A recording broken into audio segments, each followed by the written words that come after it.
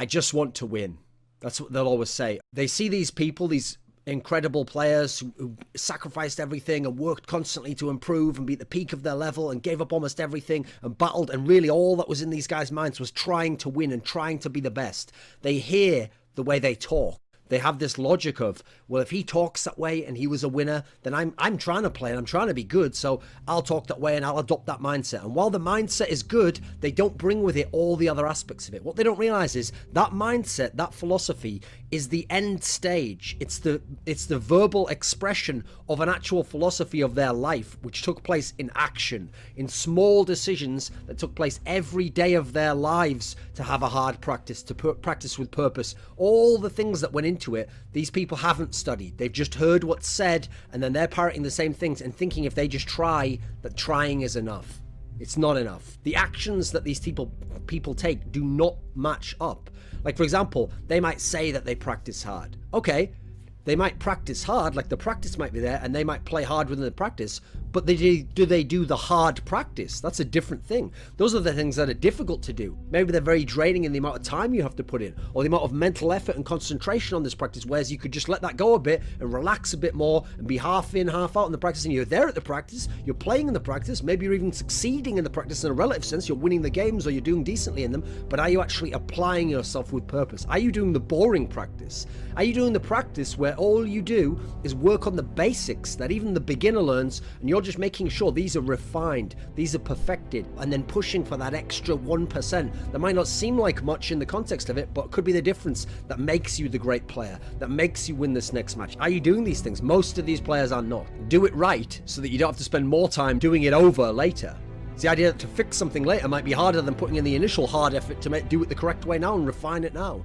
It's about practicing with purpose. It's not about just playing to win the practice or to win a single game. It's about practicing so that you improve and that you get the best aspects of your game to a high level, you minimize mistakes, and then a natural byproduct of that will be success and winning. You don't need to focus on winning the actual game. You need to focus on playing your best and making the best decisions and minimizing your mistakes. Then you will win games. You will win series. You will win tournaments. You will improve as a player. And as long as you're improving as a player, you will ascend through the ranks. It's irrelevant whether you win this game, because you can win this game and you can win the next game, but will you win the third game when you play the better player who you needed to have all these aspects in full refinement to be able to beat him? No, you won't, because you haven't worked on that. That hasn't been a goal of yours. Your goal was just to win. Do you DM every day with all the different weapons? Do you practice your proper technique in DM? Do you not just go for headshots in DM, but in a real game you just spray into the body?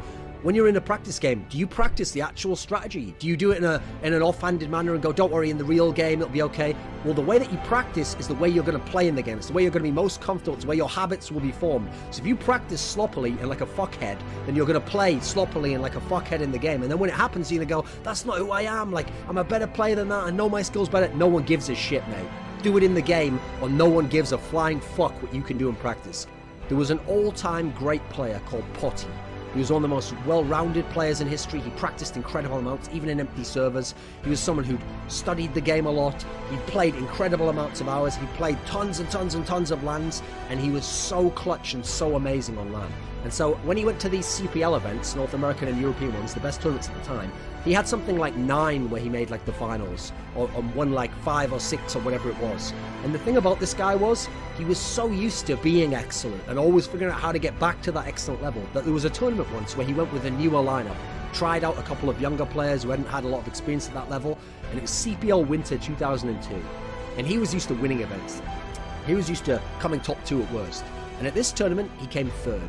And his team did well to come 3rd, and they had matches where they were outmatched and outclassed by some of the better teams, and things broke their own way at the key point, like 11-11 or Inferno or whatever it was, versus the Game Online team of Element.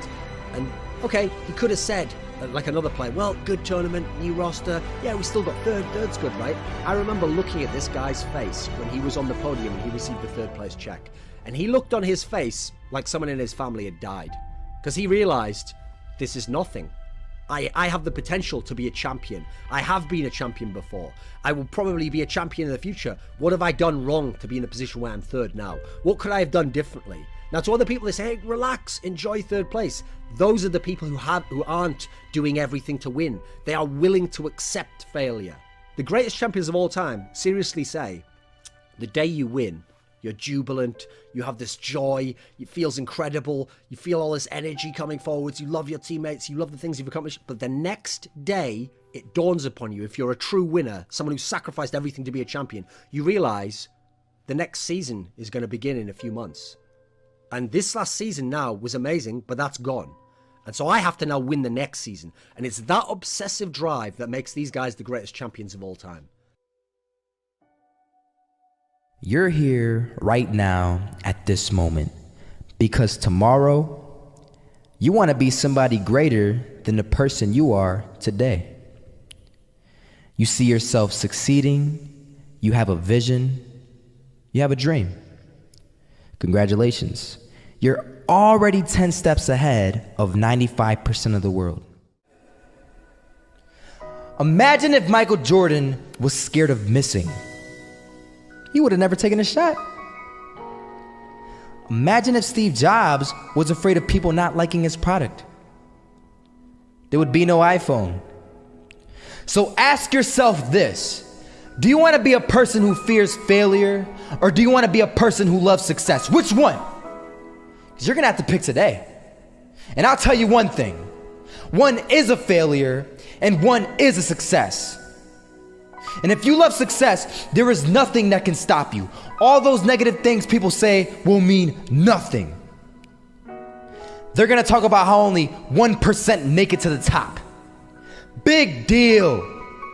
Wanna know something else? Only 1% stick with that fitness program long enough to see results. Only 1% of nerds stick with that video game long enough to get good at it. Only 1% of relationships stick it out to the end. That doesn't mean you have a 1% chance.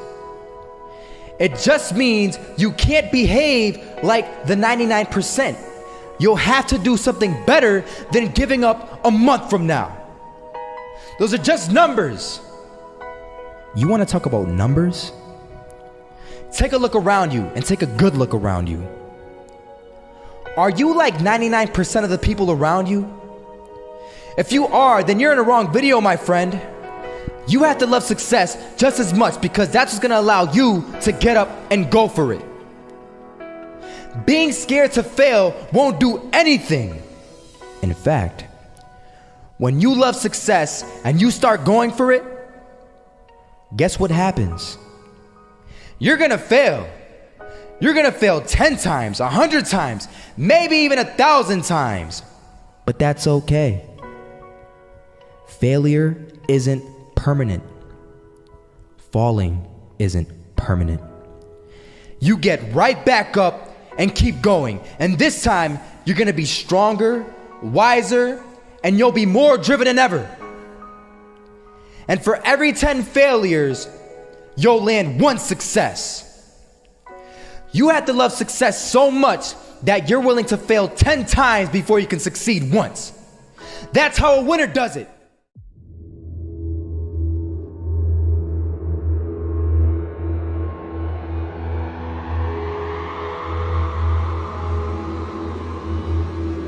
First half, I'm not gonna lie. They had us. We weren't defeated, but they had us.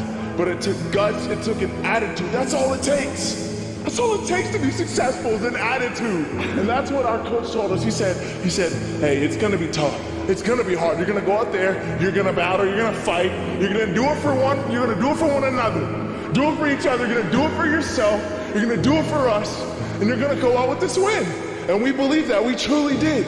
And it's an awesome feeling. It's an awesome feeling when you truly believe that you're going to be successful. Regardless of the situation, regardless of the scoreboard, you're going to be successful because you put in all the time, all the effort. Misses that shot, can't land it. So it is going to be that retake scenario. Crims has the kid. Running close towards CT, Zivnik spots 3 of them out, but it's Olaf again to find device, and Olaf coming in with 4. He wants the ace, and he gets it. There we go. What a superstar performance from that man.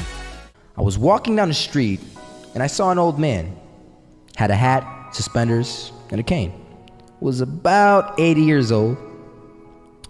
This old man was barely walking. He could walk, but the cane helped a lot. He was struggling. So anyway, he was walking across the street and he ended up falling. So I went over to go help him. And he gets up, says thank you, and we introduce ourselves. Had a little conversation.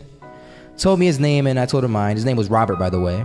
And right as he walked away, I told him, this is what I said. Robert, you should stay inside where it's safe, my friend. And Robert turns around and says to me, I love walking, and I love walking way more than I'm afraid of falling. So I ask him, well, what about your safety? Don't you want to live? And he told me this. These are the exact words he said. He said this: Solo, living means doing what you love to do. And if I had to fall here and there to do what I want to do in life, then so be it. And he just walked away. Never saw him again. That was it. But that statement really had me thinking, and it had me thinking hard, because I learned something that day. That's when I realized the true key to success. You see, I always thought if I could just fear the act of failing, and if I fear it like crazy, I will succeed. Because I thought the fear would magically motivate me to get out there and start taking action. But after that day, I realized something. I realized it's the love for success that will lead me to succeeding. So just imagine if Robert feared falling. Would he even start walking? Of course not. He wouldn't even do what he loved to do. He would sit at home and take no type of action. But he loved walking. Wasn't even scared to fall. It gave him life. That's what allowed him to get up and do it. He loved walking so much, he was willing to fall 10 times a day just to do it. And you have to be the same. So the next time someone tells you, you're gonna fail, you know what you tell them? Tell them they're right. But you're not afraid to fail. You're not afraid to take action. You're not afraid to jump. You're gonna fail 10 times, but you know what? It's cool. Because on the 11th time, you'll succeed. Oh, you'll succeed, all right. And it'll feel good. And while you're over here living the life of your dreams and complete happiness, guess where they're gonna be? That's right. They'll be failures, the real failures, over there where it's safe, scared to fail. Ironic, isn't it?